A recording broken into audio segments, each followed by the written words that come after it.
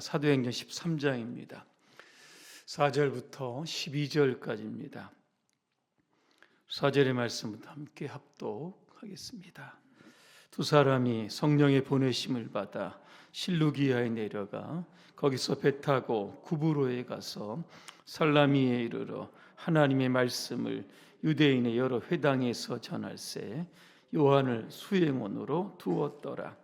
온 섬 가운데로 지나서 바보에 이르러 바예수라 하는 유대인 거짓 선지자인 마술사를 만나니 그가 총독 서기와 바울과 함께 있으니 서기와 바울은 지혜 있는 사람이라 바나바와 사울을 불러 하나님의 말씀을 듣고자 하더라.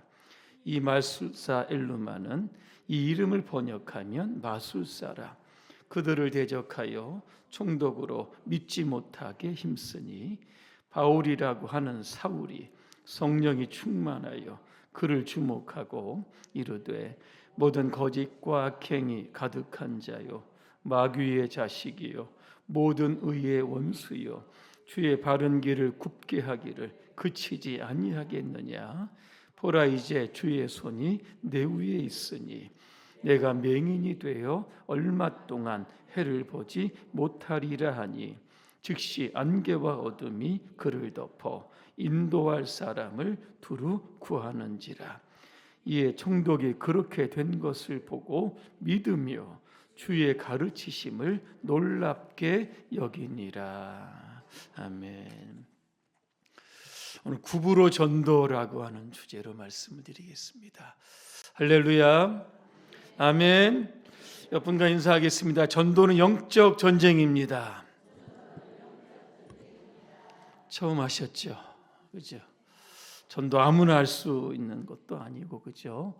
그렇게 해서도 되는 것도 아니고, 전쟁에서 반드시 이겨야 한 영혼을 구원할 수 있는 겁니다. 사도행전 13장에 보니까 안디옥 교회가 나옵니다. 안디옥 교회가 두 사람의 선교사를 파송을 합니다. 두 사람의 이름은 바로 바울과 바나바입니다. 이 두 사람은 안디옥 교회의 목회자입니다. 함께 두 사람이 공동으로 목회함으로 말미암아 안디옥 교회가 부흥이 되었던 겁니다. 자, 그런데 교회가 한참 부흥하는 때 성령님이 그 교회에 이제 간섭하십니다. 그러면서 두 사람을 선교사로 파송하라 구체적으로 말씀합니다.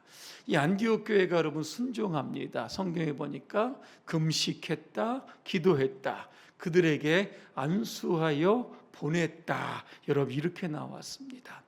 바울과 바나바가 이제 제1차 선교 여행을 출발을 하는 겁니다. 목적지가 여러분 어디입니까? 어디죠? 대구 봉산동이죠. 오늘 성경에 보니까 어디 나옵니까? 구브로 여러분 이렇게 나옵니다. 오늘 4절에 이렇게 말씀해 보니까 두 사람이 성령의 보내심을 받아 여러분 이렇게 나와 있습니다. 여러분 선교의 주체, 전도의 주체는 도대체 누구인가라고 하는 겁니다. 내가 나가 전도하면 되지. 내가 전도하면 되지. 그렇죠? 여러분 전도 선교의 주체는 내가 아닙니다. 사도행전 1장 8절이죠. 오직 누가요? 성령이 너희에게 임하시면 너희가 권능을 받고 예루살렘, 유대, 사마리아와 땅끝까지 이르러 내 증인이 되리라 그랬습니다. 나 혼자 여러분 땅끝까지 갈 수 없습니다. 간다 한들 이게 선교가 안 되는 겁니다. 선교사는 성령으로 무장해야 되고 성령의 보내심을 반드시 받아야 하는 겁니다. 그래서 사도행전 13장 2절에 보니까 내가 불러 시키는 일을 위하여 바나바와 사울을 따로 세우라. 사울이 누굽니까? 오늘 성경의 이름이 이제 구체적으로 바울로 바뀌는 장면이 나옵니다. 성령님은 선교의 주체이시죠. 그리고 선교의 방향을 때로 설정을 여러분 하십니다. 바울이 아시아에서 열심히 선교하려고 하는데 예수의 영이 딱 막으셨다 그랬습니다. 그죠? 그러면서 어디로 가게 합니까? 유럽, 마게도냐, 빌립보로 가게 여러분 하시는 것을 우리가 보게 되는 겁니다. 선교의 주체는 성령님이시고 저와 여러분들은 선교의 통로로 도구로 사용되고 있는 겁니다. 자, 두 사람이 도착한 곳이 어디입니까?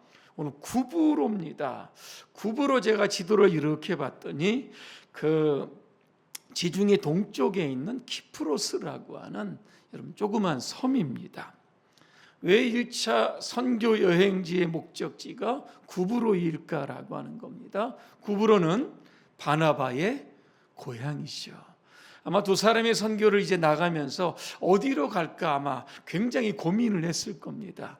자, 내 고향으로 먼저 가자.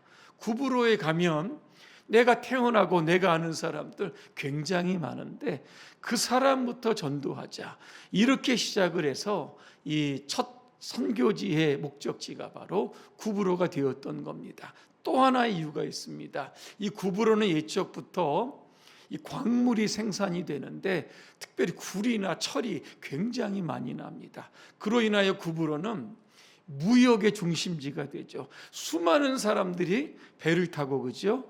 구브로 섬에 오게 되는 겁니다. 광물을 싣고 자기 나라로 돌아가죠.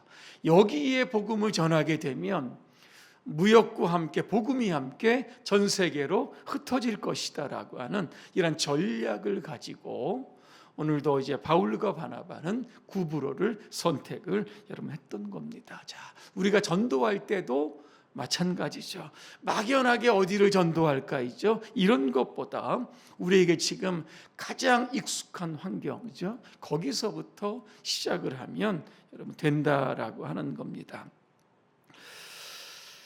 자, 오늘 5절 말씀해 보니까 이제 구브로에 여러분 이제 도착을 하죠. 구브로에 이렇게 보면 동쪽에 뭐가 있냐면 살람이라고 하는 지역이 여러분 딱 나옵니다. 배 타고 처음 도착했던 곳이 바로 이 살람이라고 하는 지역인데 여기에 보니까 특이점이 하나 있죠. 요한이라고 하는 사람이 수행자로 있었다 그랬습니다. 그죠? 여러분 요한이 누굽니까? 사도행전 12장 25절에 보니까 마가라 하는 요한 이렇게 나옵니다. 여러분이 생각하는 마가입니다. 그죠? 마가복음의 저자였던 이 마가를 여러분 뜻합니다. 마가하면 어떤 게 떠오릅니까? 마가의 다락방이죠. 이 마가는 그의 어머니가 굉장히 조금 부유층에 있었던 것 같습니다. 그래서 굉장히 큰 다락방을 가지고 있었습니다. 그래서 최후의 만찬도 여기서 했고 오순절에 성령 강림 그죠? 열흘 동안 기도하는 것도 마가의 다락방이었고 사도행전 12장에 보니까 베드로가 오게 가지죠. 베드로의 그 추록을 위해서 기도했던 장소도 바로 마가의 여러분 다락방이었다라고 하는 겁니다. 그죠? 이 마가가 바로 1차 선교 여행에 합류하게 되었다라고 하는 겁니다.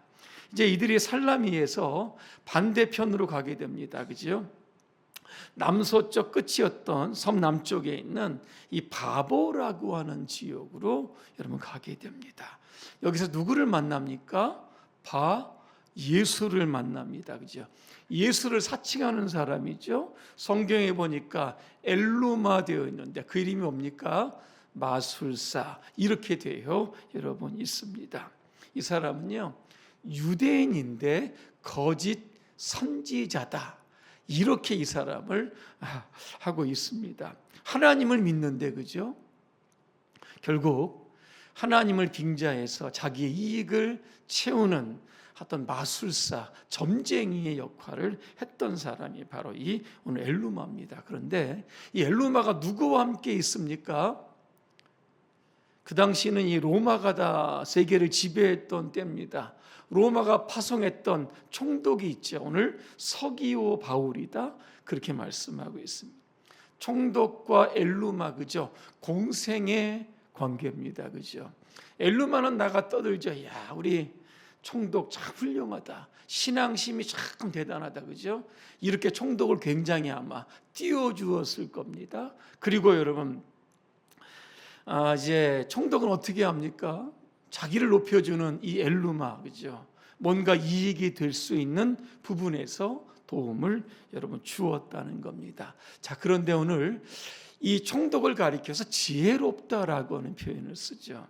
아무래도 엘루마 가지고는 안 되는 것 같죠. 사기꾼 같은 거예요. 그래서 오늘 이제 바울과 바나바가 구부러에 왔다는 소식을 듣고 하나님의 말씀을 들으려고 그들을 오늘 불렀다, 그렇게 말씀합니다. 자, 그런데 엘루마가 딱 가로막지요. 그들을 대적하여 총독으로 하여금 하나님의 말씀을 듣지 못하게 했다 그랬습니다. 이유가 뭡니까?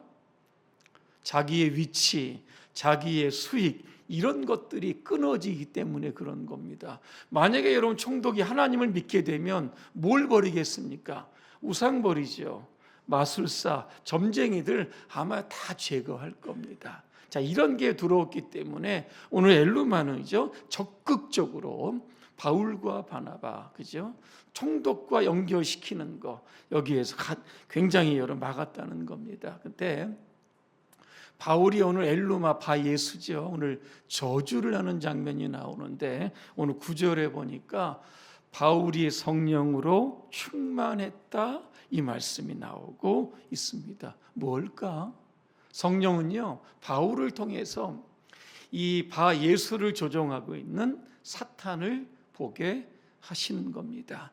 지금 전도를 방해하는 것은 엘루마가 아니라, 그죠? 저 사람 뒤에서 조정하는 마귀를 본 거죠. 그래서 그를 향해서 강력하게 저주를 하고 책망을 하는 장면이 바로 오늘 10절에 나옵니다.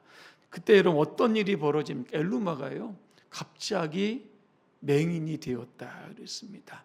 즉시 안개와 어둠이 그를 덮었다. 앞이 안 보이니까 사람을 찾았다, 이렇게 말씀을 하고 있습니다. 자, 우리가 전도를 좀 해야 되는데 아무리 공을 들이고 시간을 들이고 물질을 들이고 뭐 선물을 갖다 주어도 이게 전도가 잘 안 되죠. 이유가 오늘 여기에 나와 있는 겁니다. 사탄도 전도하죠. 왜? 예수 믿도록 끊임없이 방해 공작을 펼치고 있기 때문에 이 전도는 아까 말씀드린 것처럼 영적 전쟁이 될 수밖에 여러분 없다라고 하는 겁니다.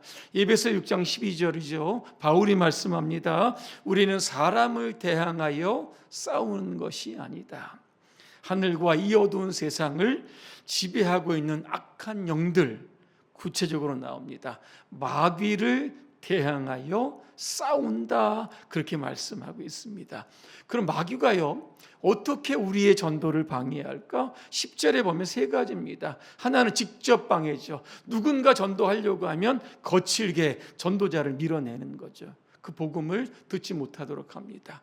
또 하나 마귀는요, 교회와 예수님에 관해서 아니면 뭐 성도나 교회에 관해서 잘못된 소문들을 막 퍼뜨리게 됩니다. 그래서 사람들의 마음 가운데 의심, 불안, 이런 것들을 자꾸 유발시키게 되죠. 또 하나는 뭐냐면 오늘 진리를 10절에 보니까 왜곡을 시킵니다. 뭡니까?